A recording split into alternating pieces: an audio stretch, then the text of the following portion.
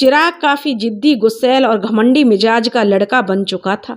पैसे खर्च करना उसके बाएं हाथ का खेल था और पैसों के पीछे भागने वाले उसके मित्र यार बन चुके थे। हमेशा उसके मुंह पर उसकी तारीफ किया करते, उसे बढ़ा चढ़ाकर गलत गलत काम करते और करवाते थे। एक रोज गांव में मेला लगा था। गांव में बंगाल की प्रसिद्ध मेनका नौटंकी वाली आई थी। उसके नृत्य और गान का दूर दूर तक शोर था। एक दो नहीं, उसके चाहने वाले कई थे। वह जिस गांव में जाती, हर गांव में अपना आशिक बनाते जाती। उसके आशिक उसके लिए मरने और मारने को भी तैयार हो जाते थे। पूरे गांव में शोर हो गया कि इस बार मेले में मेनका नौटंकी वाली आई है। हर जवां दिल, बूढ़ा दिल मुस्कुराने लगा था। एक रोज दोपहर के 2 बजे थे। चिराग अपने 4 दोस्तों के साथ शराब खाने में शराब की चुस्कियां ले रहा था। वहीं चारों उसे बढ़ाते और उकसाते थे। चिराग ने अपना गिलास खत्म किया और नशीले अंदाज में बोला, हाँ तो कलुआ क्या कह रहा था नौटंकी के बारे में? कलुआ कहने लगा, क्या कहूंगा मालिक, वो तो ससुरी ऐसी है, अगर पुतले के सामने भी नाचे तो ससुरा उसकी जान में जान आ जाए। क्या कहते हो कलुआ, सचमुच? चिराग जो आश्चर्य से बोला। तो कलुआ कहने लगा, हाँ मालिक। मुस्कुराते हुए जगदम बोला, मालिक उसकी बोली लगती है, दूर दूर से गांव के लोग आते हैं मेनका की बोली लगाने। तो चिराग बोला, ऐसा है क्या? तब तो एक बार जाकर उसको देखना ही होगा। तो उसके दोस्त बोले, हाँ हाँ क्यों नहीं मालिक, चलिए अभी चलते हैं। मोहन बोला और कहने लगे, हाँ हाँ, इतना सुनकर ही शायद वह मर्द ही नहीं होगा जो उसे ना देखे। कहते हुए चिराग उठा और शराब वाले को पैसा देकर अपनी गाड़ी में चारों को बैठाकर चल पड़ा मेनका नौटंकी को देखने के लिए। मेनका के यहाँ पर नौटंकी सजी हुई थी। मध्यम मध्यम रोशनी और उस रोशनी के बीच बने मैखाने और लबालब पैमाने, बजाने वाले तैयार बैठे थे। देखने और चाहने वालों को बस इंतजार कर रहे थे कि बस एक झलक मेनका के पाने की ख्वाहिश थी। चिराग भी अपने चारों दोस्तों के साथ उस महफिल में पहुंचा। वहां बैठे लोग उसकी जी हजूरी में लग गए। उसे बैठने का स्थान दिया। चिराग और बलसीता लिया और उस पर तनकर बैठ गया। उसके बाकी के 4 मित्र उसके चारों तरफ रखवाले की तरह बैठ गए। बाई ने शराब चिराग की तरफ बढ़ाया। चिराग ने मना करते हुए कहा, मैं औरत और शराब यूं ही नहीं लेता, पहले उसे उसका नशा देखता हूँ। तो वह कहने लगी, ठीक है हजूर, आज तो बस आपको ऐसी शराब पिलाऊंगी कि आप या तो आज के बाद सिर्फ वही शराब पिएंगे या फिर शराब को हाथ तक नहीं लगाएंगे। हंसते हुए बाई कहने लगी थी। तो चिराग कहने लगा, ठीक है, हम देखते हैं कि क्या नशा है आपकी शराब में। और बातें चल ही रही थी कि अचानक सन्नाटा सा छा गया। पायलों की मधुर ध्वनि सुनाई पड़ने लगी। फूलों की महक ने अपना बसेरा कर लिया। लाल चुन्नी ओढ़ मेनका उन सब दर्शकों के बीच आकर बैठ गई। कोई इधर से चुस्की छोड़ता तो कोई उधर से। किसी ने इशारे किए तो किसी ने सीटी बजाई, मगर चिराग चुपचाप मेनका की तरफ देखता जा रहा था। शायद उसके घूंघट उठने का इंतजार कर रहा था। अचानक घूंघट उठा। बादल को हवाओं के झोंके से परे धकेला। चांद अपनी रोशनी फैलाने लगा। बालों में बेली के फूल का गजरा, आंखों में नसीली काजल, और जो मेनका बहुत सुंदर थी। बड़ी बड़ी आंखें, उम्र यही कोई 20 से 21 साल, गोरा चिकना चेहरा, ऐसी सुंदर मधुर आवाज कि उसे पाने की किसी के भी अंदर ललक उठ जाए। अब समझा क्यों पुतले में जान भर दी। वह कहने लगा, निहायत ही खूबसूरत थी, बाली उम्र और उस पर यह उसकी खूबसूरती। चिराग के बगल में बैठे मेनका के एक और आशिक ठाकुर दिग्विजय सिंह ने कहा, भाई अगर मेनका को देखना है तो चुपचाप से देखो, यह ठाकुर दूसरे गांव का था। चिराग गुस्से में बोला, क्यों वे, तू मेनका का दलाल है? यह सुनकर उसके चारों मित्र हंसने लगे। दिग्विजय सिंह बोला, भाई इसे समझा दो, नहीं तो वरना। तो चिराग बोला, वरना क्या? तो दिग्विजय सिंह बोला, बेटा लगता है आज तो पहली बार इस दरबार में आया है, जबकि हम तो रोज के ग्राहक हैं इस दुकान के। इस बार रौब झाड़ते हुए दिग्विजय ने कहा था। तो चिराग बोला, माना हम इस महफिल में पहली बार आए हैं बेटा, मगर हम वह हैं जो एक बार किसी महफिल में चले जाएं तो दूसरे लोग खुद ब खुद अपना रास्ता नाप लेते हैं। चिराग मुस्कुरा रहा था। दिग्विजय बोला, तो बेटा हम भी वह नहीं जो किसी के लिए अपना ही दरबार त्याग दें। अब दोनों ही गुस्से में थे। उन्हें गुस्सा में देखकर बाई बोली, तो ठीक है, इससे आपस में लड़ने से भला क्या होगा। आज का दिन मेनका के भाव का दिन है। जो मेनका की बोली सबसे ज्यादा लगाएगा, आज मेनका उसी की हो जाएगी। बाई हंसते हुए अपना काम कर रही थी। चिराग ने अपनी गर्दन को ऊपर उठाया और मुस्कुराती मेनका की नजरों से नजर मिलाते हुए कहा, भाई हम चीज को एक दिन के लिए अपने पास नहीं रखते, बल्कि चीज हमारे पास तब तक रहती है जब तक हमारा दिल ना भर जाए। मुस्कुराते हुए चिराग बोला था। तो बाई बोली, ऐसा थोड़े ना होता है। तो चिराग कहने लगा। अपनी नजरों को चिराग की निगाहों पर ठहराते हुए मेनका बोली, तो इसमें क्या है माँ, हजूर पूरे 1 महीने का सौदा करेंगे। चिराग मुस्कुराया मेनका की ओर इशारा करते हुए। अब वह समझ चुका था। तभी गुस्सैल भर्राई आवाज में दिग्विजय बोला, क्या बाई नए खरीदार आते ही पुरानों का मोल भाव नहीं। तो बाई बोली, अरे नहीं दिग्विजय साहब, यह तो आपके लिए भी है, मगर आज जो भी मेनका की बोली सबसे ज्यादा लगाएगा, मेनका तो उसी की होगी। और फिर आप घबराते क्यों हैं, बोली लगाना शुरू कीजिए। दिग्विजय सिंह गुस्से में बोला, तो यहाँ घबराता कौन है बाई, आज तुम भी देख लो कि कौन कितने पानी में है। मुस्कुराते हुए चिराग बोला, तो ठीक है, जो जितनी बोली लगाएगा वही आज से मेनका को जो ले जाएगा। और शराब का नशा, जो चिराग शराब पी रहा था और उसका नशा भी चढ़ रहा था, और शायद ही कोई शराबी मुझसे ज्यादा शराब का शौक रखता हो, वह मुस्कुरा कर कह रहा था। मेनका ने फिर घूंघट डाले उन दोनों के बीच बैठ गई और अपने खरीदार के पक्के होने का इंतजार करने लगी। बाई ने मेनका की कीमत पूरे 50,000 लगाई। दिग्विजय ने 1 लाख कहा, चिराग 1.5 लाख, दिग्विजय ने फिर 2 लाख कहा, तो चिराग ने 3 लाख कहा, दिग्विजय ने 3.5 लाख कहा, चिराग 4.5 लाख, तो दिग्विजय ने 5 लाख, चिराग ने 10 लाख पूरे जोर से गरजते हुए बोला। दिग्विजय अब हार चुका था। वह पूरी तरह से पानी पानी और लज्जित हो चुका था और अब वहां से निकल जाने में ही उसने अपनी भलाई समझ रहा था। सो वह वहां से उठा सर नीचे किए हुए अपनी हार पर शर्मिंदा होकर अपने अहम के टुकड़े लेकर वह बाहर की तरफ चल पड़ा। इधर चिराग अपनी जीत पर बहुत खुश हो रहा था। गर्व से अपना सीना चौड़ा करते हुए बोला, मेनका अब तो अपने हाथों से हमें सोमरस पिलाओ, कहकर गिलास उसकी तरफ आगे कर दिया। मेनका बोली, हाँ हाँ क्यों नहीं। और बोतल मेनका को पकड़ाते हुए बाई बोली, अब तो पूरे 1 महीने के लिए मेनका आपकी है, अब आप इसके हाथों से शराब पिएं या जो आपकी मर्जी। मेनका शर्माते हुए मुस्कुराकर प्याला चिराग की तरफ बढ़ाने लगी। चिराग ने मेनका का हाथ पकड़ा और उसको अपने पास बैठा लिया। चिराग ने मेनका को अपने पास बैठाते हुए उसके बालों को सहलाते हुए बोला, तो मेनका आप तो जन्नत की तरह खूबसूरत हो। मेनका कहने लगी, हजूर पहले माँ को 10 लाख दीजिए और फिर मेरे साथ जो जन्नत की सैर कीजिए। तो चिराग कहने लगा, हाँ हाँ हम अभी 10 लाख रुपए अभी मंगवा देते हैं। चिराग ने कलवा और जगदम को इशारा किया और रुपए लाने के लिए पंडित जी के पास भेज दिया और खुद शराब का मजा लूटने लगा। कलवा और जगदम उठे और चल पड़े। उधर पंडित जी अपने फल के बगीचे में अपने सभी ग्राहकों के साथ अपने बगीचे की बोली लगवा रहे थे। तभी एक ग्राहक बोला, हाँ तो पंडित जी कितना दाम लगा रहे हैं इस बगीचे का। तो पंडित जी कहने लगे, आज अपने आम के फल के बगीचे की नीलामी कर रहे हैं। इस साल आम खूब फले थे, बोली सिर्फ आम की लगती थी, पूरे बगीचे की नहीं। पंडित जी कुर्सी पर बैठे थे। दाहिनी तरफ मुनीम जी, बाएं तरफ गांव के मुखिया और नामी ग्रामी लोग बैठे हुए थे। दूर दूर से खरीदार इसकी बोली लगाने आए थे।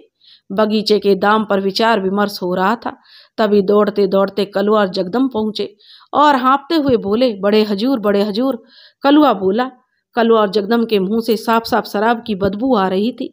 शराब की बदबू आने से पंडित जी का गुस्सा बढ़ गया और गुस्से में उन्होंने कहा, क्यों क्या हो गया। तो कलवा कहने लगा, बड़े हजूर छोटे बाबा ने 10 लाख मांगे हैं। हड़बड़ाते हुए दोनों बोल रहे थे, 10 लाख। पंडित जी झल्ला कर बोले। पंडित जी कहने लगे, मगर क्यों। तो कलवा बोला, जगदम तू बोल। तो जगदम बोला, कलवा तू बोल। इस तरह पंडित जी को गुस्सा और भी बढ़ गया। तभी मुनीम जी बोले, क्या है रे कलवा, क्यों चाहिए 10 लाख।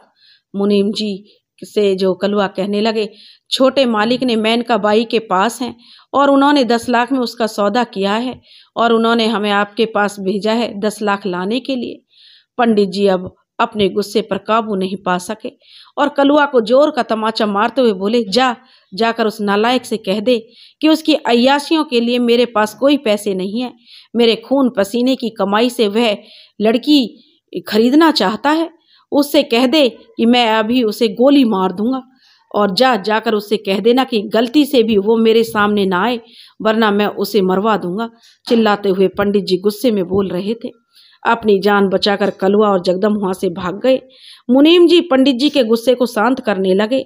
लोगों ने भी पंडित जी को समझाया कि अभी वह बच्चा है, नादान है, मगर पंडित जी भी करें तो क्या करें। आज पहली बार शायद वह चिराग पर इतना गुस्सा हुए थे, क्योंकि आज उसकी हरकतें पूरे समाज के सामने आ गई थी। इधर भागते भागते अपनी जान बचाते कलुआ और जगदम्बाई की कोठे पर पहुंचे और बोले, छोटे मालिक।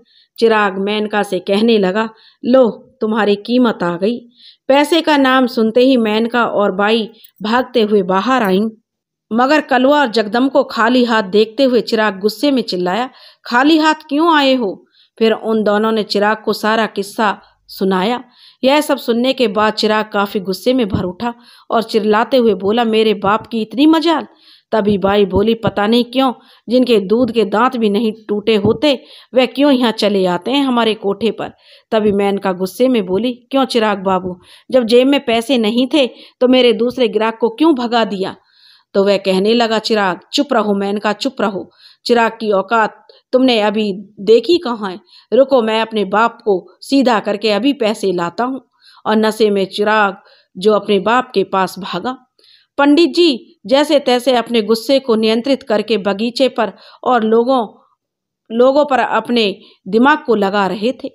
उनके दिल दिमाग में तो बस चिराग और उसकी ओछी हरकतें ही घूम रही थी। तभी नशे में चूर चिराग अपने पिता के सामने पहुंचा और चिल्लाया, क्यों आपने पैसा न देकर मेरी बेइज्जती की? यह सुनकर पंडित जी गुस्से में उठे और गुस्से में बोले, तुम्हारी अय्याशियों के लिए, गलत खर्चों के लिए मेरे पैसे और धन संपत्ति नहीं है। मुनीम जी चिराग को समझाने लगे, जाओ बेटा अभी चले जाओ, बाद में बात करना, अभी पंडित जी बहुत गुस्से में हैं। मगर चिराग ने एक नहीं सुनी और मुनीम जी को धकेल दिया। उनके माथे पर चोट आई। यह देखकर पंडित जी अपने गुस्से को नहीं रोक सके और नालायक बदतमीज कहते हुए उन्होंने चिराग के गालों पर एक थप्पड़ खींच दिया। मगर उसके बाद जो हुआ उसकी कल्पना तो एक पिता कभी सपने में भी नहीं कर सकता। चिराग ने झट से अपनी कमर से बंदूक निकाल ली और पंडित जी का सर टेबल पर और हाथ से दबाया और तान दी रिवॉल्वर उनकी कनपटी पर। सारा माहौल खामोश हो चुका था। पंछी तक गूंगे हो चुके थे। हवाओं ने अपना रूप बदल दिया था। पंडित जी खामोश हो चुके थे। रिवॉल्वर पकड़े चिराग चिल्लाया, पंडित जी मुझे कभी मत कहना ना, सबसे मुझे नफरत सी हो गई है। और रही बात इस धन दौलत की तो वह हर हाल में मेरी है, आपके जीते जी या फिर आपके मरने के बाद। तो बेहतर यही होगा, जब तक जिंदा रहना चाहते हो मुझे जो चाहिए वह देते रहो, वरना चाहूँ तो मैं अभी आपको एक गोली मारकर यह सारी धन दौलत ले सकता हूँ। चिल्लाते हुए चिराग बोल रहा था, कोई जिंदा रहकर अपना मुकद्दर बनाता है तो कोई मरकर बनाता है। मेरा मुकद्दर तो पंडित जी आप जी कर भी बना सकते हैं और मरकर भी, इसलिए अभी जिंदा छोड़ रहा हूँ और पैसे ले जा रहा हूँ। कहते हुए चिराग ने पंडित जी को छोड़ा और पैसों से भरा सूटकेस लेकर चल पड़ा मेनका बाई के कोठे की तरफ। नीलामी बंद हो चुकी थी। सभी आपस में खुसर फुसर कर रहे थे। मुनीम जी पंडित जी को पकड़े खड़े थे। उनके माथे से भी खून बह रहा था। पंडित जी शर्म से पानी पानी हो चुके थे। वे चुपचाप खड़े थे। सभी उठकर चलने लगे। किसी ने कुछ ना कहा ना कुछ सुना, बस आपस में एक दूसरे पर और बातें बना रहे थे और अपने अपने घर को चल पड़े। मुनीम जी पंडित जी को पकड़े हुए घर लाए और पंडित जी को समझाने लगे। पंडित जी को प्यास लगी थी, सो मुनीम जी ने पंडित जी को एक गिलास ठंडा पानी दिया और बोले, हजूर इसलिए कहता था, कैसे आंख बंद करके उसे पैसे ना दीजिए, उसकी हर मांग पूरी ना कीजिए। देख लिया आज उन पैसों के कारण और गलत संगत के कारण वह कितना बिगड़ चुका है। आज उसने वह किया जो कोई पुत्र अपने पिता के साथ नहीं कर सकता। पैसे के लालच अहंकार में पिता को पिता नहीं समझ रहा। आज उसके दिलो दिमाग में यह बात बैठ चुकी है कि यह सारी जायदाद रुपया पैसा उसका ही है। चाहे आप जिंदा रहो या मर जाएं। यदि भगवान ना करे आपको कुछ हो गया तो वह सारी संपत्ति नाजायज कर्मों, पाप कर्मों में खर्च करेगा और पाप बटोरेगा। जिसको आपने इतने जतन और मेहनत से एक एक पाई करके जोड़ा है, उसे खत्म कर देगा और अपने कुल खानदान की मर्यादा, संस्कार और धन दौलत को जला देगा। मगर अब भी कुछ नहीं बिगड़ा है। शराब के नशे में अच्छे बुरे का ज्ञान नहीं होता और वह दुष्ट उसके साथी जो रह रहकर ही दिन प्रतिदिन उसे बिगाड़ते हैं, वह अपने मजे के लिए छोटे बाबू को बिगाड़ते हैं। मुनीम जी पंडित जी को समझा रहे थे। पंडित जी अब बिल्कुल उदास हो चुके थे, खामोश थे, बिल्कुल चुपचाप। उनके हलक से आवाज नहीं निकल रही थी। मुनीम जी ने कहा, खैर छोड़िए। पंडित जी बोले, खैर छोड़िए मुनीम जी, मुझे कुछ समय के लिए अकेला छोड़ दीजिए और जाते जाते दरवाजा लगा दीजिए। मुनीम जी उठे और दरवाजा लगाते हुए चल पड़े। अकेले अंधकार में पंडित जी बिस्तर पर पड़े लेटे रहे। लेटे लेटे आज पूरी घटना को सोचकर शर्म से जो दुखी हो रहे थे और रोते हुए बिस्तर पर लेटे लेटे सोच रहे थे, बेटा ना हो तो भी दुख है, होकर मर जाए तो भी दुख है, और यह होकर नालायक बन जाए तो जीवन भर का दुख है। फिर इस तनाव और इस परेशानी को समाप्त करना शायद मुमकिन भी नहीं है, क्योंकि पुत्र, वंश, खानदान सभी को जरूरी है। समझो तो ये एक दूसरे के पूरक शब्द ही हैं। मगर एक बेटा होता है जो अपने कर्मों धर्मों से अपने खानदान, बड़े बूढ़े बुजुर्गों का नाम रोशन करता है, उसमें चार चांद लगाता है। और ऐसे ही पुत्र को उस वंश या खानदान का चिराग कहा जाता है जो अपने वंश को आगे की ओर ले जाता है। और वहीं इसके विपरीत एक पुत्र ऐसा होता है जो नालायक हो जाए, धर्म को पीछे छोड़कर अपने कर्मों से अपने बाप दादा बुजुर्गों का नाम, शोहरत, दौलत, इज्जत मिट्टी में मिलाने लगे तो क्या होगा? भला ऐसे पुत्र का पिता क्या करेगा? मगर हम भी क्या करें?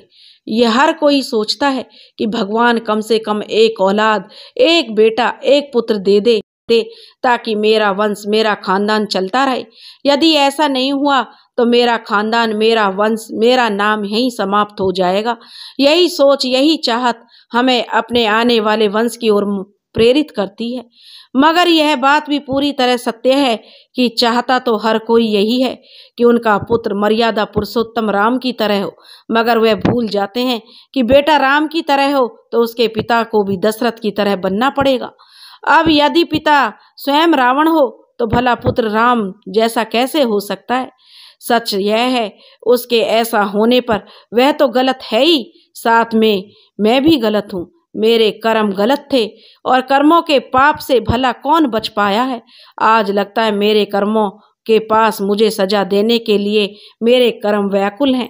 कहते हैं कि पुत्र बिना अरे ना चले कोई वंश, पुत्र चाहे जैसा हो, राम मिले या कंस, दोनों ही मम हृदय प्रेम का प्यारा है, दोनों ही मम जीने का एक सहारा है। एक नालायक बेटे ने एक ही पल में अपने बाप दादा की इज्जत को मिट्टी में मिला दिया। क्या एक पल के लिए भी उसके दिल में अपने पिता का ख्याल नहीं आया? क्या वह अपनी मौज मस्ती के लिए इतनी हद तक गिर सकता है कि अपने पिता पर बंदूक तान दे? तभी उन्हें उमा की याद आने लगी। वह उमा को याद करके रोने लगे और मन ही मन बोले, देख रही हो उमा, आज तुम्हारे कपूत ने मेरे साथ क्या किया? मेरा सारा मान सम्मान, सारी इज्जत एक पल में मिट्टी में मिला दिया। मैं भला अब कैसे गांव वालों से नजरें मिलाऊंगा? कहो ना कहो। फिर वह सोचने लगे, शायद यह मेरे बुरे कर्मों का फल है। क्यों ना इसे भी मैंने पैदा होते ही मार डाला होता तो आज यह नालायक नहीं रहता, तो यह दिन देखना नहीं पड़ता। फिर सोचने लगे, क्यों ना इसे मैं अब मार दूं, वरना एक रोज अपने मजे के लिए सोचते हुए पंडित जी रह गए। तभी उनके दिमाग में उमा की कही और साधु की बात याद आई कि तुम्हारे 5 बेटे होंगे और 5 बेटे तुम्हारे पति के द्वारा मारे जाएंगे। पंडित जी ने कहा, शायद ईश्वर ने ही इस कहानी को लिखा है और शायद वह इस कहानी का अंत ऐसे ही चाहता है। तो ठीक है, अब अंत ऐसे ही होगा। पंडित जी का गुस्सा अब घटने वाला नहीं था। वह शायद पैसे की मार सह लेते, मगर इज्जत की हानि और पंचों के सामने मृत्यु का भय नहीं। शायद इसलिए काफी देर सोचने और समझने के बाद पंडित जी ने फैसला लिया, और जो फैसला था चिराग की मृत्यु का, उसे मार डालने का। फिर क्या था, रातों रात पंडित जी ने चंद गुंडों को बुलाया और चिराग को मारने का सौदा कर डाला। सौदा पूरे 1 लाख में हुआ। कुल 5 बंदूकधारी गुंडे थे। पंडित जी ने उन्हें पता भी बता दिया कि चिराग अभी बाई के कोठे पर मिलेगा। चिराग बाई की कोठे पर पैसे की गर्मी दिखा रहा था। कलुआ और जगदम्बी बाई के कोठे पर दारू पी रहे थे, शराब पी रहे थे। चारों बंदूकधारी दरवाजे को धकेलकर अंदर प्रवेश किए। एक बंदूकधारी बाहर था। 5 काले वस्त्र में नकाब पहने हुए चिल्लाए, चिराग कहाँ है, चिराग कहाँ है। कलुआ ने कहा, कौन हो तुम। तभी उसे एक बंदूकधारी ने दबोचा और पूछा, चिराग कहाँ है। यह देखकर दोनों डर चुके और जगदम तुरंत बोल पड़ा, चिराग मेनका के साथ है, और उसने कमरे की तरफ इशारा कर दिया। 5 उस ओर बढ़ गए और दरवाजा जो अंदर से बंद था, उसने जोर से धक्का मारा, दरवाजा खुल गया और चिराग जो मेनका के पास बैठा हुआ नशे में झूम रहा था, गोलियों की आवाज गूंजी और चिराग का अध्याय समाप्त हो गया। आत्मा ने शरीर का त्याग कर दिया। लहू लुहान तड़पता गिरता चिराग वहीं ढेर हो गया। उसकी सांसें मानो थमसी गईं, आवाज कंठ में ही रुक गया। एक लंबी खामोशी छा गई। खून से लथपथ चिराग का शरीर वहीं पड़ा था। सारा बिस्तर लाल हो चुका था और मेनका डर से कांप रही थी। बाई चुपचाप खड़े सब तमाशा देख रही थी। कलुआ और जगदम्बी काफी डर गए थे और चुप थे, जैसे मानो उन्हें सांप सूंघ गया हो। थोड़ी देर के लिए पूरे माहौल में सन्नाटा छाया हुआ था। फिर 5 बंदूकधारी अपनी बंदूक को संभालते हुए बाहर निकले। अब थोड़ी खौफ को चीरते हुए आवाज शुरू हुई। कलुआ, जगदम और मेनका ने जल्दी से चिराग को देखा। चिराग का मृत शरीर देखकर सब कांप रहे थे। कांपते कांपते जगदम्ब और कलुआ दोनों बाहर पंडित जी को यह दुखद समाचार बताने के लिए भागे। इधर पंडित जी काफी दुखी और मायूस हो चुके थे।